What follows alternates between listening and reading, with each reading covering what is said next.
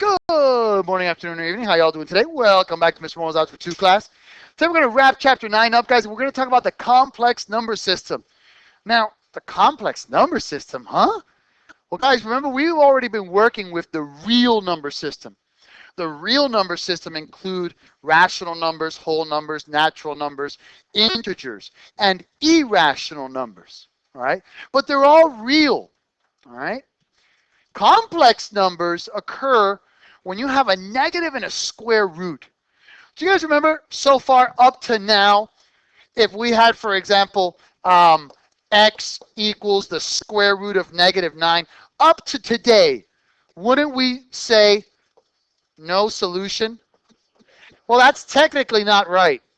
There should really be no real solution because there is a solution.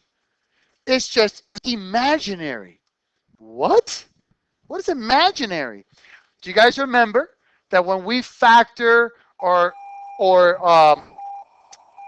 solve for a quadratic function, remember when we have x plus 3 times x plus 2 equals 0, we use the zero product property, x equals -3 and -2. Remember that I said that means that it's going through -3 and -2. Do you remember that?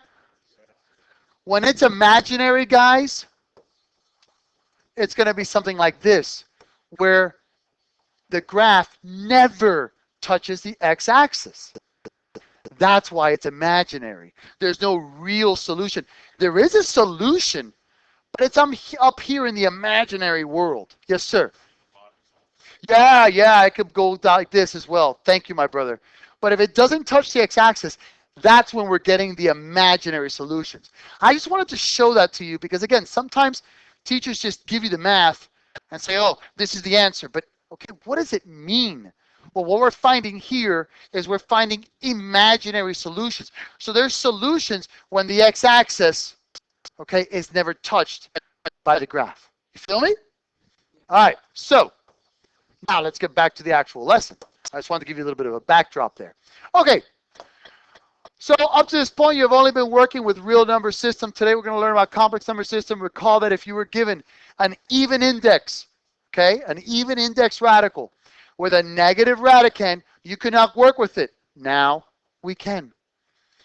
An imaginary unit is represented by the letter I. That is not a typo, and I cannot use any other variable for it, guys. I'm not being sarcastic. It's I. That's what a pure imaginary number is, I.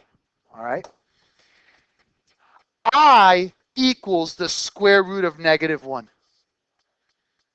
If I go ahead and square y squared is -1. I don't know why I said y. Sorry. Thank you. It's I. Thank you, brother. If I take I cubed is -I. And I to the 4th power is 1. So if I just have I by itself, that's just an imaginary unit. Now, a complex number, okay, is in the form of A plus BI. The A is the real part. There'll be a real number part to this. And the BI is the imaginary part, okay? If you just have BI by itself, it's called a pure imaginary number. A pure imaginary number. If you just have the BI by itself. But a complex number is a real number with an imaginary number. When simplifying imaginary radicands, simply remember that the square root of a negative value is I times the square root of that value. For example, the square root of -6. Well, that's not a perfect square, but I got a -1 in there, yo. So what do I got? You're darn right. That's going to be I times the square root of 6. -27. Well, first off, I got a negative and a square root, so I'm going to rip out that I immediately. So now it's positive because I took rid of that. Now, what's 27? Ain't that 9 times 3? What's square root of 9? Okay, so it's going to be 3i square root of 3. Negative 64. What's square root of 64? But there's a negative 64. So what is that going to come out as? 8i. Excellent, boys. And then I got a square root of negative 18. How can I break this down? 9 and 2. What's square root of 9? But it's negative, so that's going to be a 3i with a square root of 2. Guys, I'm very proud of you. Very proud of you. Does that make sense to everybody, though? I'm not trying to be rushing, but we got a little time. Yes, sir, my brother. Okay, that's a very good question. I thank you for that. It's very, I think it depends on the text and on the teacher. Because I've seen books where they write it square root of x, I. Here's the problem that me, personally, I don't like. Sometimes I may confuse myself and think that it's under the radical. Me, that's me. So what I do to never confuse myself, I always put it up here. But now back to your question, my brother. Technically speaking, commutative property, yeah, there's nothing wrong with doing square root of 6 times I. And you don't need the dot, but just so you guys can see that it is a multiplication. So yes, either way. I don't like it because I know myself, and I know that I'll do this, and I'll think it's inside. I know myself. I know that I'll screw up like that. So just be careful with that, brothers. Thank you. Great question, sir. May I continue, gentlemen? Thank you. Okay. Now, when simplifying complex numbers, you must write the simplified answer in standard form always. That is a plus bi. You have to put the real part first, then the imaginary. So this is 4 minus, what's the square root of negative 36? Minus 6i. You're done, son. Now, if I wanted to, I'd get fancy. What can I factor out of a 4 and a 6? So I could go 2 minus 3i. Either way, the SAT may have it either way. How about this bad boy? A plus square root of negative 32. Think perfect squares. What perfect square can I take out of 32? Yeah, that's a 16 times 2. So this is going to be 8 plus 4i times the square root of 2. Or, if you wanted to factor it, 4 times 2 plus I square root of 2. Either or is fine, guys. In fact, and this is on a recording now, so I have to keep my word. On the test, if you go ahead and answer it like this, you get full credit, man. If you go ahead and factor it properly, I will give you plus 1/4. I'll give you a little extra credit simply for factoring it and recognizing that you can factor out a GCF. Now here, don't get stressed out here, guys. Let's simplify this first, okay? Go ahead and move this up a little bit. Okay, first of all, and I don't know why I did it like that. Why did I not put a negative in there? That's my bad. Okay, no. Okay, there we go. Thank you. Okay, so now, 4 minus a negative 20i. Well, how can I break up that 20, y'all? 2 and 10 works. Think perfect squares. 4 and 5, yeah. So this is going to be 4 minus 2i square root of 5 over 2. But remember that 2 gets divided to both of these guys. So that's going to be 2 minus I square root of 5. I know I'm going rather quickly. Is this making sense, though, brothers? Okay, give me 1 second, please. All right. All right, guys. When adding or subtracting complex numbers, guys, it's real simple. Simply add the real parts and simply add the imaginary parts. Remember what we had talked about. You cannot add unlike radicals. Well, guess what, though? I is I is I is I. I is the square root of negative 1. So if you have 5i plus 2i, yeah, that's 7 i's. Because they're like radicals. You can do it. So, what do we got? We got negative 3 plus 8i minus 7, distribute just like normal polynomials, plus 3i. Negative 7 minus 3 is going to be negative 10 plus 11i. I cannot factor anything out. Ding dong, the witch is gone.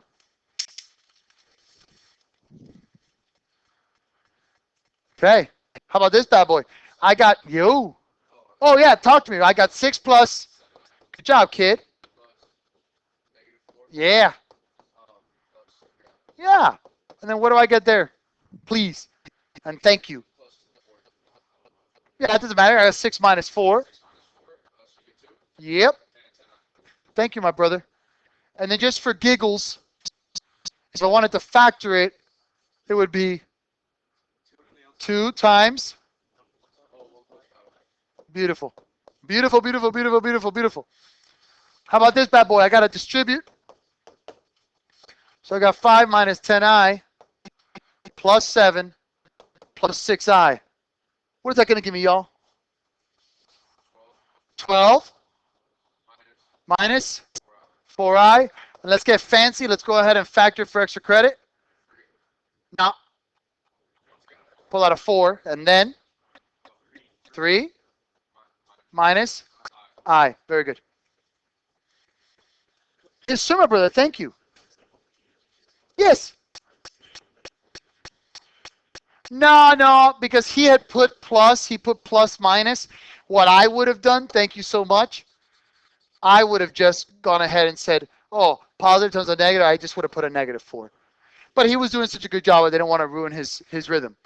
Because, no, there's nothing bad about it. That's the whole point. What's a positive times a negative, my brother? There it is. You did nothing wrong. Okay? No, thank you, kid. And thank you for verifying, brother. All right, my man. Let's do this. Now, in multiplying, okay, we're going to multiply like normal, okay, guys? We're going to just FOIL. It's not a big deal. However, I need you to remember that you need to treat I like a variable. What does this man mean? Brothers, what's 5x times 2x? 10x squared. What do you do when you multiply the same bases? You keep the base and add the exponent. Thank you, thank you, and thank you. Guys, we're going to treat I the same way. Hint, hint, though. Remember that I squared equals negative 1. So let me explain what I am doing. I got 5i times 4, which is 20i. Minus 10i squared. But what does I squared equal, guys? So what's negative 1 times this negative 10? So this really equals 10 plus 20i. Let's get fancy. 10 times 1 plus 2i.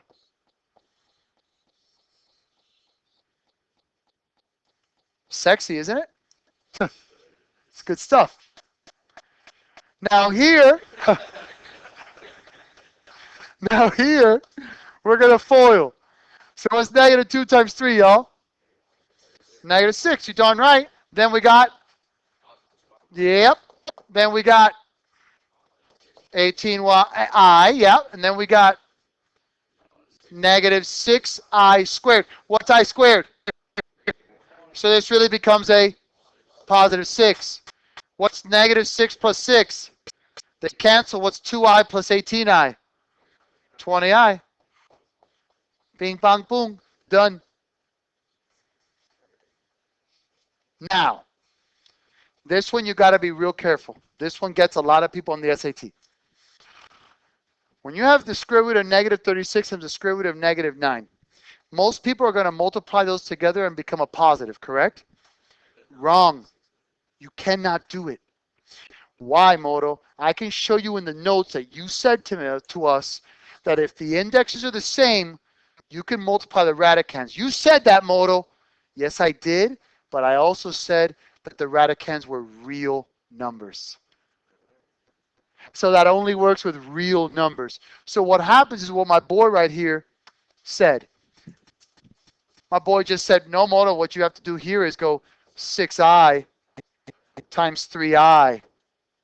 And that's going to be 18i squared, which is negative 18. Please be cognizant of that. You do multiply. If this was a positive 36 and a positive 9, yes, that'd be the square root of 36 times 9, and you go ahead and solve it. But that's because they were real numbers. Here, they're not real. You got to turn them into imaginaries first. And then last but not least, I've got 3 plus 5i times 2 minus 5i. 3 times 2 is 6. Then minus 15i. Then 10i. Then negative 25i squared. But what's I squared? So this becomes a positive 25. 25 plus 6 is 31.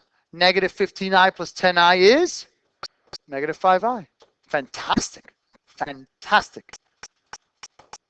With me here? All right. Okay, this isn't bad. This is easy. Complex conjugates. Guess what? We already talked about conjugates, right? Guys, complex conjugates are just like regular conjugates. You change the sign in the middle. Period. That's it. So you do. So for example, complex conjugates are the same as regular conjugates, except for the fact that you are working with complex numbers. In order to find the complex conjugate of a given complex number, simply write the given complex in standard form. Always write it in standard form. And then change the sign of the imaginary part. So in the other, when we were conjugating regular radicals, it didn't matter what order it was. You just changed the middle sign. Here, you're technically not changing just the middle sign.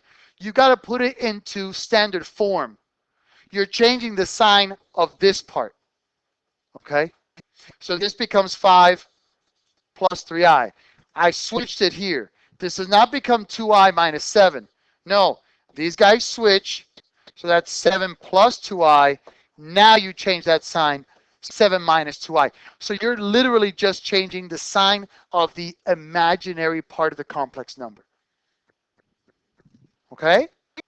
Talk to me. I see it in your eyes. Talk to me. No, I didn't have to switch the first one because it was already in standard form, my brother. This is already the real part, imaginary part. But when it's not in standard form, first rewrite it, my brother, and then change that sign to make the conjugate. So you're changing the sign of the imaginary part. Yes, sir. Well, yeah, well, we're going to get to where we go now for rationalizing, but yes, you said it 100%. Great job. Now from here, guys, when you multiply a complex number and its complex conjugate, it's very similar. No, it's identical to multiplying radicals and their conjugate. They become difference of squares. Whoever said that, thank you. So let's look at what happens here, guys. Remember, it's the first term squared minus the second term squared. So what's the first term squared? Minus, what's the second term squared? What's 25i squared, though? No, it's going to be negative 25, right? And then this is going to be 64 plus 25, which equals 89. Go ahead, you said y what? Okay, what's 5i times 5i? 25i squared. What's I squared? What's a negative 25 times a negative? Positive 25. Here, what's the first term squared? Okay, minus, what's the second term squared? 16i squared. What's I squared? So what's negative 16 times a negative? So that's 4 plus 16, which would equal 20. If you want to do it the long way, you can as well. 2 times 2 is 4, plus 8i, minus 8i, minus 16i squared. Cancel, cancel. That becomes a positive 16. 4 plus 16 is still 20. You with me here, guys? All right. And then I use the complex conjugates to rationalize. So if I have, for example, negative 4 plus I divided by 2 plus 3i, I'm going to use the conjugate. I'm going to multiply by 2 minus 3i to both the numerator and the denominator. And now I'm going to FOIL. Negative 4 times 2 is negative 8. Negative 4 times negative 3 is plus 12i plus 2i minus 3i squared. What does this minus 3i squared become? A positive 3. What's positive 3 to, minus 8? So I got negative 5 plus 14i. Now the denominator. This is a difference of squares. First term squared minus second term squared. 9i squared, which is negative 9. So this equals negative 5 plus 14i over 13. Can you guys handle that? Real quick, Real quick, if you don't have a conjugate, you just have an I by itself, don't make it difficult. It'd be 2I over 2I. And then you distribute, right? So it'd be 10I plus 12I squared over 4I squared, which would equal negative 12 plus 10I over negative 4. You see that? And then you could divide everything by 2, giving me negative 6 plus 5I over negative 2. And my last page is just evaluating i's, which we will go over on Monday. God bless you. Thank you very much. Homework is valid, and you have a 10-4-10 quiz on Monday. Be well. Hope you learned a lot. Thank you for a great class.